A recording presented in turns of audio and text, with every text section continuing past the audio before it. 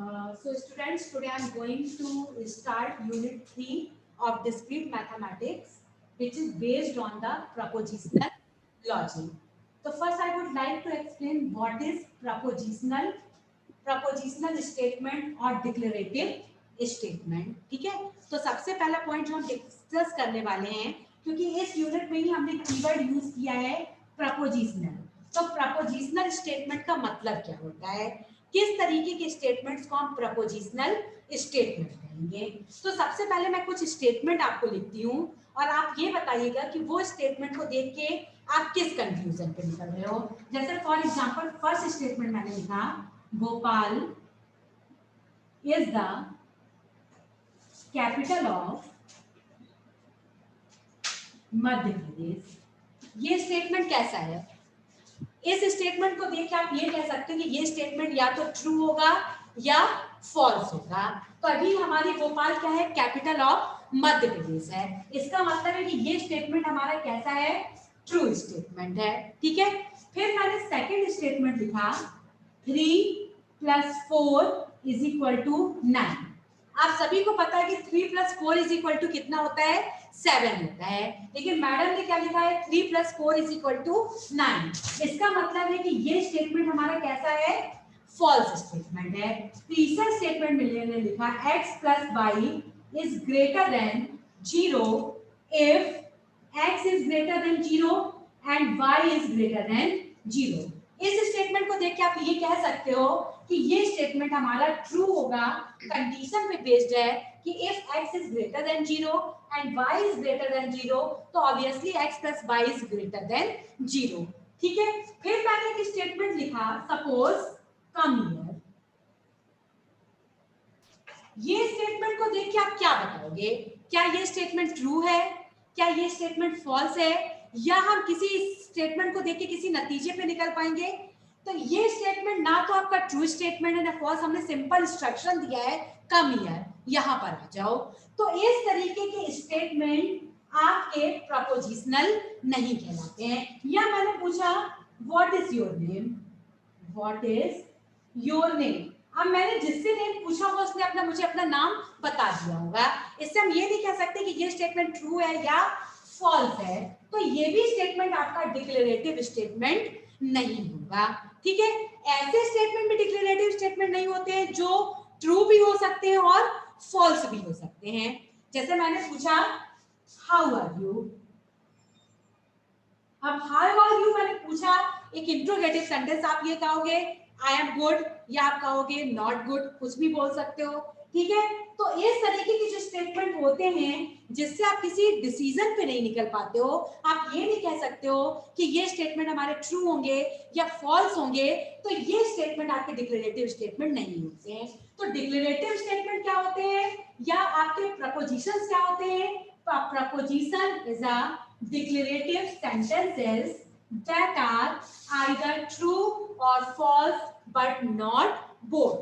इस तरीके के स्टेटमेंट हमारे क्या कहलाते हैं, प्रपोजिशंस कहलाते हैं, या जिसको अपन क्या कहते हैं, प्रपोजिशनल स्टेटमेंट या डिक्लेरेटिव स्टेटमेंट कहते हैं. जब भी आप प्रपोजिशनल स्टेटमेंट देखिए पढ़ेंगे तो बेसिकली प्रपोजिशनल स्टेटमेंट जब हम पढ़ते हैं तो दो चीजें हमारे माइंड में आती हैं. हमें दो चीजों का नॉलेज होना चाहिए.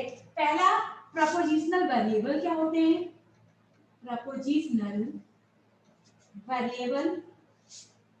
और दूसरा हम देखते हैं कि प्रपोजिशनल कनेक्टिव्स क्या होते हैं.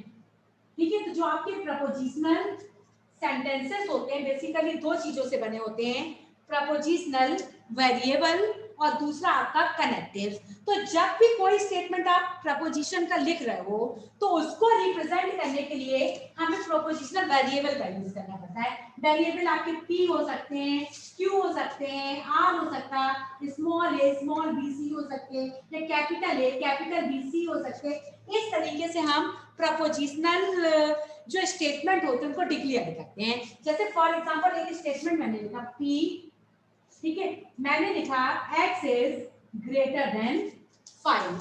ठीक है, where x is equal to 8. ये हमारे प्रपोजिशनल स्टेटमेंट है जिसकी वैल्यू ट्रू है. तो किस तरीके का, तो इसको रिप्रेजेंट करने के लिए इस स्टेटमेंट को हमने किस वेरिएबल से रिप्रेजेंट कर दिया, प्रपोजिशनल वेरिएबल से रिप्रेजेंट कर दिया कि x is greater than 5, x is equal to 8। अब दूसरा स्टेटमेंट मैंने लिखा q, x is less than y। ठीक है, दूसरा स्टेटमेंट मैंने लिखा x is less than y if y is equal to 10। ठीक है, हमने कंडीशन कह दी है y इज इक्वल टू 10, तो ऑब्वियसली x की वैल्यू यहाँ पे हमने 8 दी है, y की 10, तो y is greater then x। तो क्या होता है, एक स्टेटमेंट आपका p है और एक स्टेटमेंट आपका q है। इंडिविजुअल तो कैसे है, एटॉमिक सेंटेंसेस हैं। ठीक है, एटॉमिक है तो इंडिविजुअल हम इनकी वैल्यू बता सकते हैं कि इसकी वैल्यू आपकी ट्रू होगी और इसकी वैल्यू भी क्या होगी, आपकी ट्रू होगी।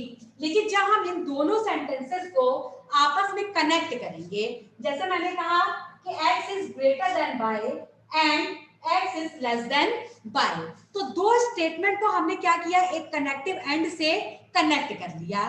तो उस केस में जो आपके प्रपोजिशनल स्टेटमेंट होते हैं उनको अपन क्या कहते हैं, कंपाउंड सेंटेंसेस।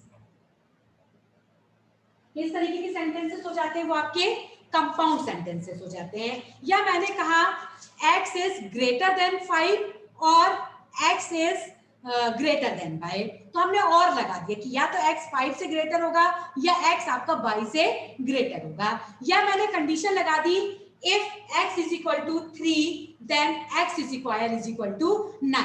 तो ये जो स्टेटमेंट मैं यूज कर रही हूं एंड और इफ देन, या मैंने कहा x नॉट इक्वल टू 3 तो मैंने नॉट का यूज कर लिया।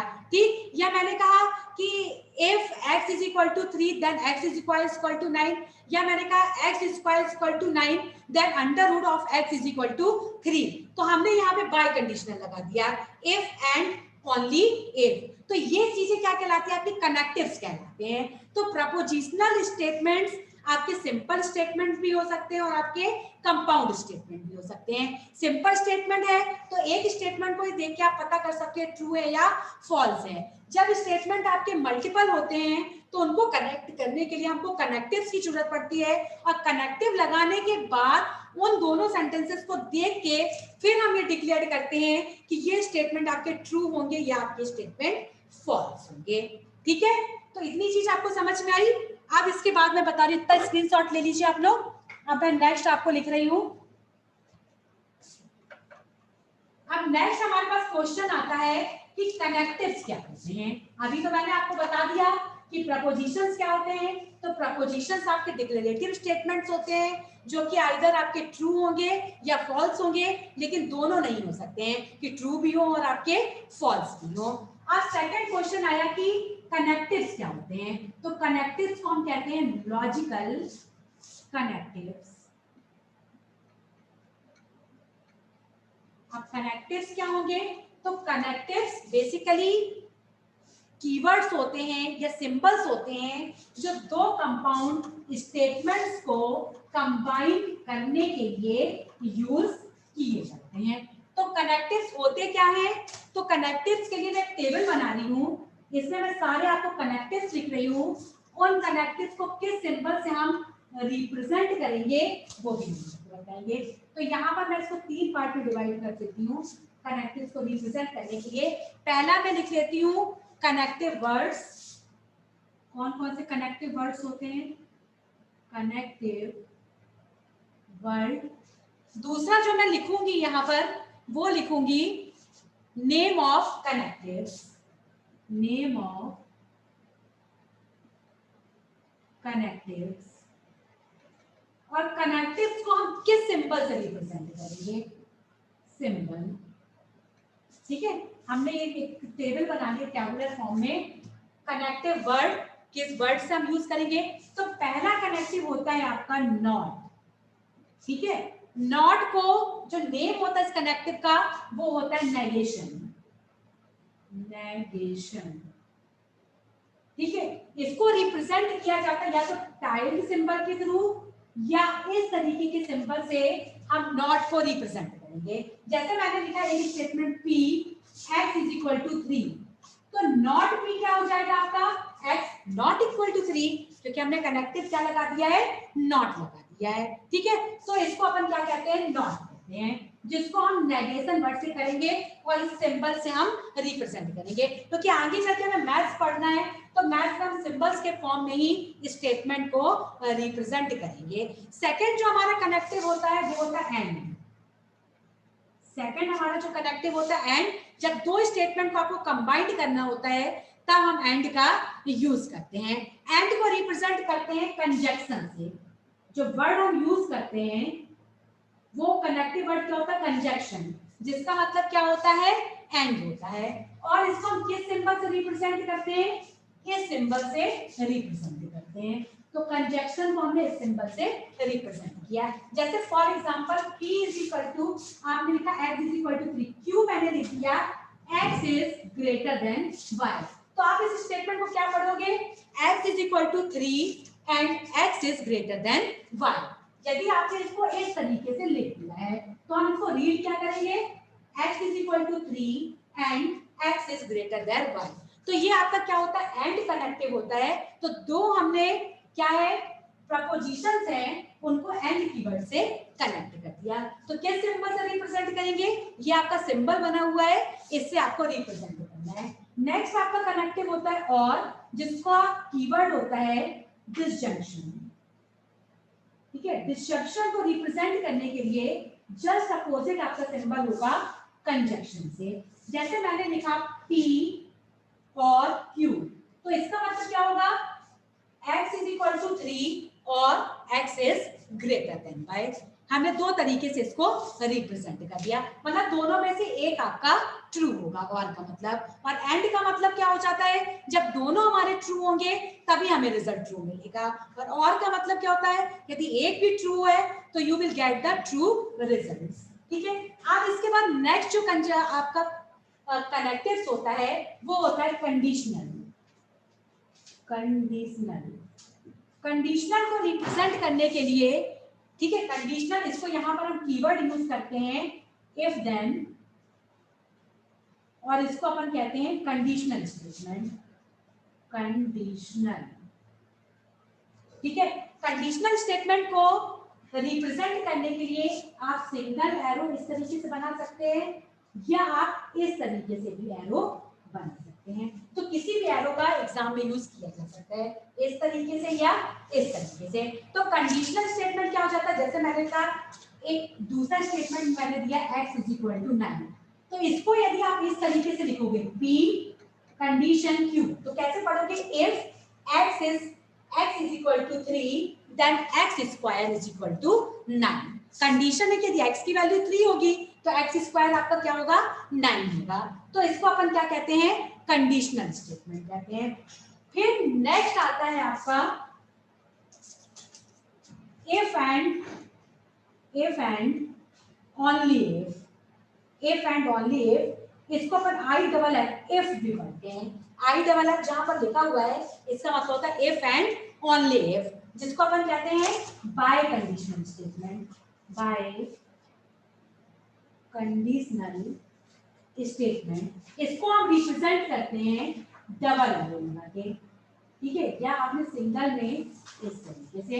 तो डबल एरो लगा के आपने लिखा हुआ है तो बाय कंडीशनल स्टेटमेंट हो जाता है। जैसे मैंने यहां पर लगा दिया P बाय कंडीशनल Q, तो इसको क्या पढ़ेंगे, इफ P देन Q और इफ Q देन P। ठीक है, तो ये आपके लॉजिकल कनेक्टिव्स होते हैं। तो पूरी यूनिट में ये लॉजिकल कनेक्टिव्स आपको यूज होने वाले हैं। तो आपको ध्यान रखना पड़ेगा कि नॉट का सिंबल क्या होता, एंड का सिंबल क्या होता, और का सिंबल क्या होता, इफ देन का सिंबल क्या होता, इफ एंड ओनली इफ का क्या सिंबल होगा। तो इस तरीके से ये लॉजिकल कनेक्टिव्स आपको पढ़ना पड़ेंगे।